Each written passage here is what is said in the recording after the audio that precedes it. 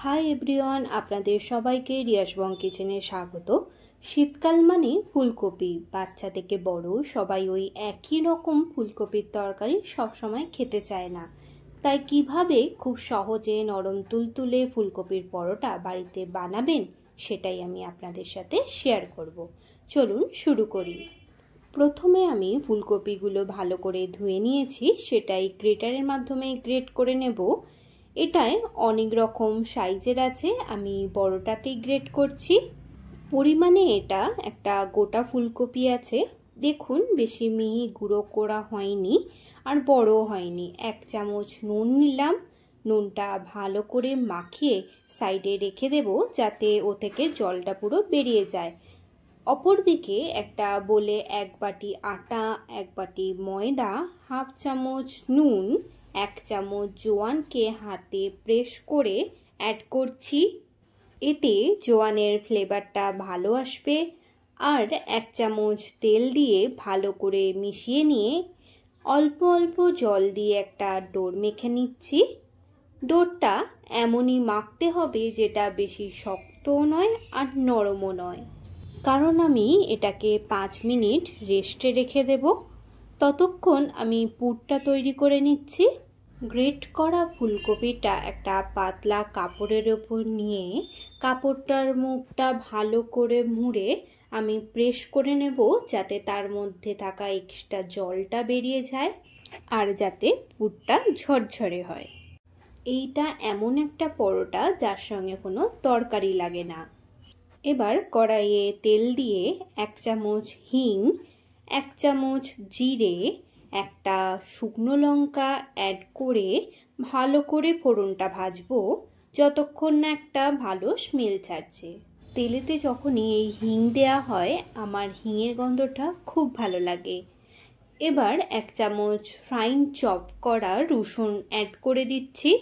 রসুনটা ভালো করে ভাজবো যাতে রসুনের কাঁচা গন্ধটা চলে যায়। এখানে আমি 5টা কুচনো কাঁচা লঙ্কা অ্যাড করলাম। আপনারা আপনাদের টেস্ট অনুযায়ী ঝাল দেবেন। 1 চামচ আদা বাটা অ্যাড করে একটু ভেজে নেব। এই সময় আঁচটা আমি লোতে রাখবো, নইলে মশলাটা পুড়ে যেতে পারে। এবার আমি এতে কুচনো ধনেপাতা অ্যাড করছি। আপনারা কম বেশি সবাই আলুর পরোটা খেয়ে দেখেছেন, কিন্তু একবার এরকমভাবে ফুলকপির পরোটা বানিয়ে দেখুন, সত্যি আপনাদের সবারই খুব ভালো লাগবে। এখানে আমি 1/2 চামচ নুন অ্যাড করলাম। একটু নেড়ে নিয়ে 1 চামচ জিরে গুঁড়ো, 1 চামচ ধনে গুঁড়ো, 1/2 চামচ আমচুর পাউডার, 1/2 চামচ কাশ্মীরি লঙ্কা গুঁড়ো, 1 চা চামচ গরম মশলা অ্যাড করে ভালো করে মিক্স করে নিচ্ছি। এখানে আমি কোনো রকম জল অ্যাড করিনি, তাই আঁচটা একদম লোতে রেখেছি। পুরো ফুলকপিটা আমি দিয়ে দিলাম। টেস্টটা ব্যালেন্স করার জন্য 1/2 চামচ চিনি দিয়ে ভালো করে মিক্সড করব।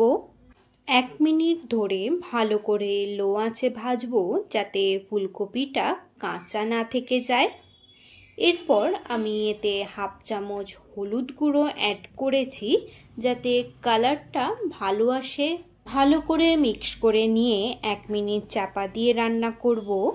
1 মিনিট পর দেখুন পুরটা রেডি। গ্যাস বন্ধ করে পুরটা যাতে ঠান্ডা হয়ে যায় তার জন্য আমি 10 মিনিট সাইডে রেখে দেব। 10 মিনিট পর আলুর পরোটায় যেমন বড় লেচি কাটতে হয় তেমনই লেচিগুলো কেটে নিয়েছি। মিডিলে প্রেস করে একটা বাটির শেপ দিয়ে এর মধ্যে আমি 3 চামচ ফুলকপির পুরটা অ্যাড করে মুখটা ভালো করে বন্ধ করে দেব যাতে পুরটা না বেরিয়ে যায়। আপনারা 3 চামচের বেশি পুরটা ভরবেন না, নইলে ফেটে যাওয়ার চান্স থাকে। আমি যেমনভাবে পুরটা ভরছি সেরকমভাবে করবেন, দেখবেন 1 ফোঁটা পুর বেরোবে না। আটা দিয়ে লেচিগুলো ভালো করে বেলে নিচ্ছি। আপনারা চাইলে এখানে তেল দিয়েও বেলতে পারেন, আমার আটা গুঁড়ো দিয়ে বেলতে বেশি সুবিধা হয়। দেখুন কি সুন্দর আপনা থেকেই গোল হয়ে যাচ্ছে। এবার আমি প্যানে 1 চামচ তেল দিয়ে ভালো করে পরোটাটা ভেজে নেব। মিডিয়াম আঁচে এপিঠ ওপিঠ উল্টে ভালো করে ভেজে নিলেই রেডি ফুলকপির পরোটা। আমি এই পরোটাটা সার্ভ করেছি একটুখানি আচার আর একটু টক দই দিয়ে। বিশ্বাস করুন, এর সঙ্গে কোনো রকম তরকারি লাগে না। আমার বাটারের স্মেলটা খুব ভালো লাগে, তাই জন্য আমি পরোটায় একটু বাটার ব্রাশ করেছি। আপনারা চাইলে নাও দিতে পারেন। ভিডিওটা ভালো লাগলে লাইক অ্যান্ড শেয়ার করবেন, সাবস্ক্রাইব করতে ভুলবেন না। ধন্যবাদ।